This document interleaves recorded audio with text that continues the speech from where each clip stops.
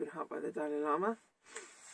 We are at chapter 9, Cultivating Equanimity, and it's page 109 that we're starting to read from. To feel true compassion for all beings, we must remove any partiality from our attitude towards them. Our normal view of others is dominated by fluctuating and discriminating emotions. We feel a sense of closeness towards loved ones, towards strangers or acquaintances. We feel distant. Oh, this is why this is the type of reason I think needs to be used for racists.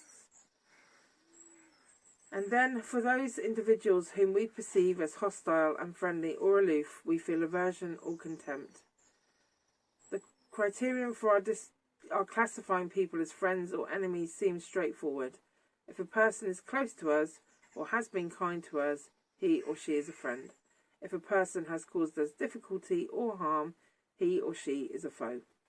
Mixed with our fondness for our loved ones are emotions such as attachment and desire that inspire passionate intimacy. Mixed with our fondness for our loved ones are emotions such as attachment and desire that inspire passionate intimacy. It's not attachment in the sense of like Western child psychology attachment, but it's similar. Similarly, we view those whom we dislike with negative emotions such as anger or hatred. Consequently, our compassion towards others is limited, partial, prejudicial, and conditional by whether we feel close to them or not. Added or not. Genuine compassion must be unconditional. We must cultivate equanimity in order to transcend any feelings of discrimination and partiality. One way doesn't mean you lose your mind.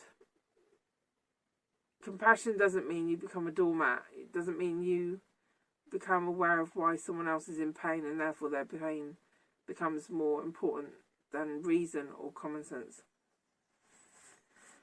One way to cultivate equanimity is to contemplate the uncertainty of friendship.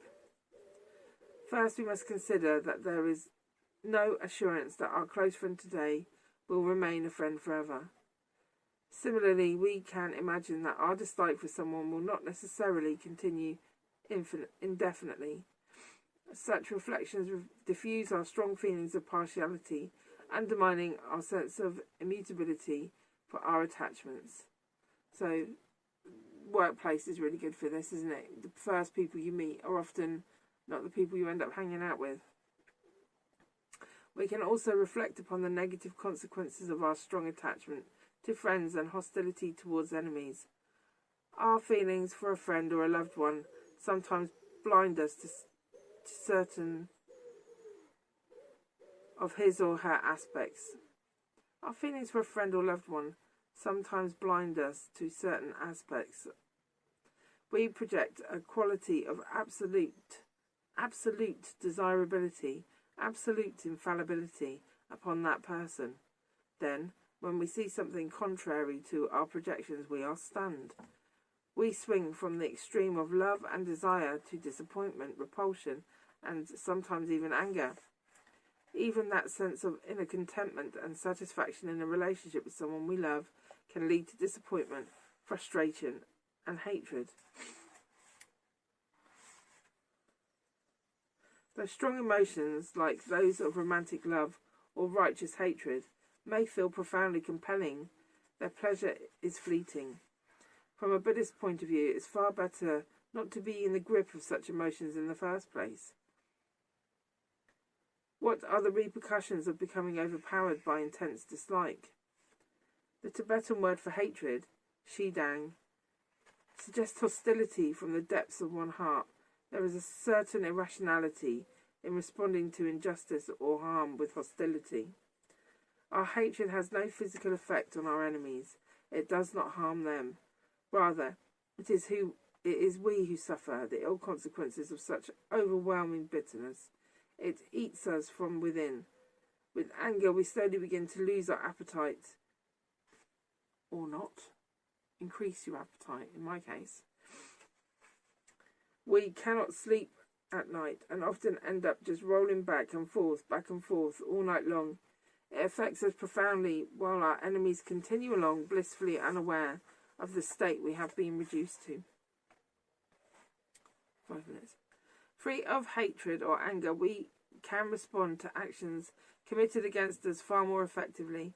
If we approach things with a cool head, we see the problems more clearly and judge the best way to address it. For example, if a child is doing something that could be dangerous to himself or to others, such as playing with matches, we can discipline him. When we behave in such a forthright manner, there is a far greater chance that our actions will hit the mark. The child will respond not to our anger, but to our sense of urgency and concern.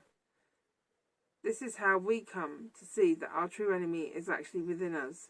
It is our selfishness, our attachment, and our anger that harm us. Our perceived enemy's ability to inflict harm on us is really quite limited. If someone challenges us and we can muster the inner discipline to resist retaliating, it is possible that no matter what the person has done, those actions do not disturb us. On the other hand, when powerful emotions like extreme anger, hatred, or desire arise, they create disturbance the moment they occur within our minds. They immediately undermine our mental peace and create an opening for unhappiness and suffering to undo the work of our spiritual practice. As we work at developing equanimity, we can consider that the very notions of enemy and friend are changeable and dependent upon many factors. No one is born our friend or enemy, and there isn't even a guarantee that relatives will remain friends. Friend and enemy are defined in terms of people's towards us and their treatment of us. Friend and enemy are defined in terms of people's toward us and their treatment of us. I don't understand that sentence. Those whom we believe to have affection for us, to love and care for us, we generally regard as a friend and a loved one.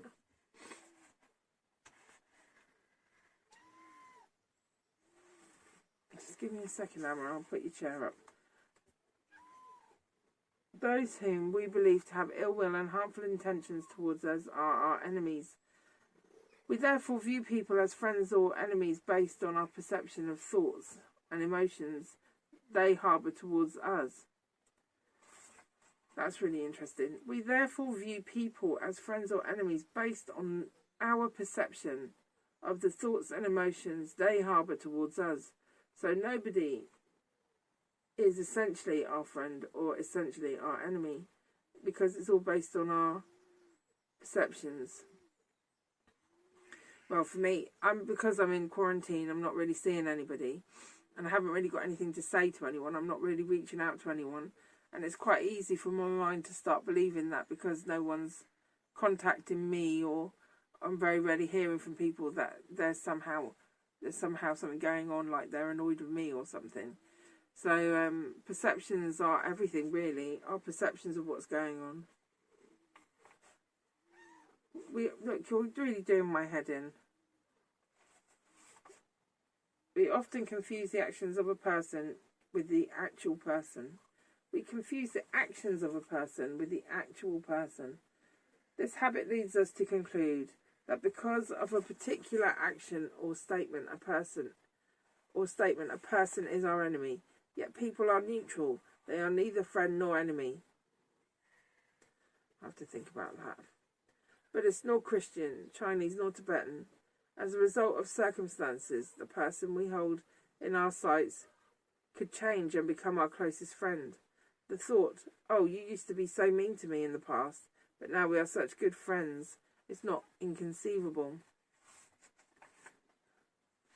Right, I'll stop there because that's 10 minutes and I've got to put Amma's chair up.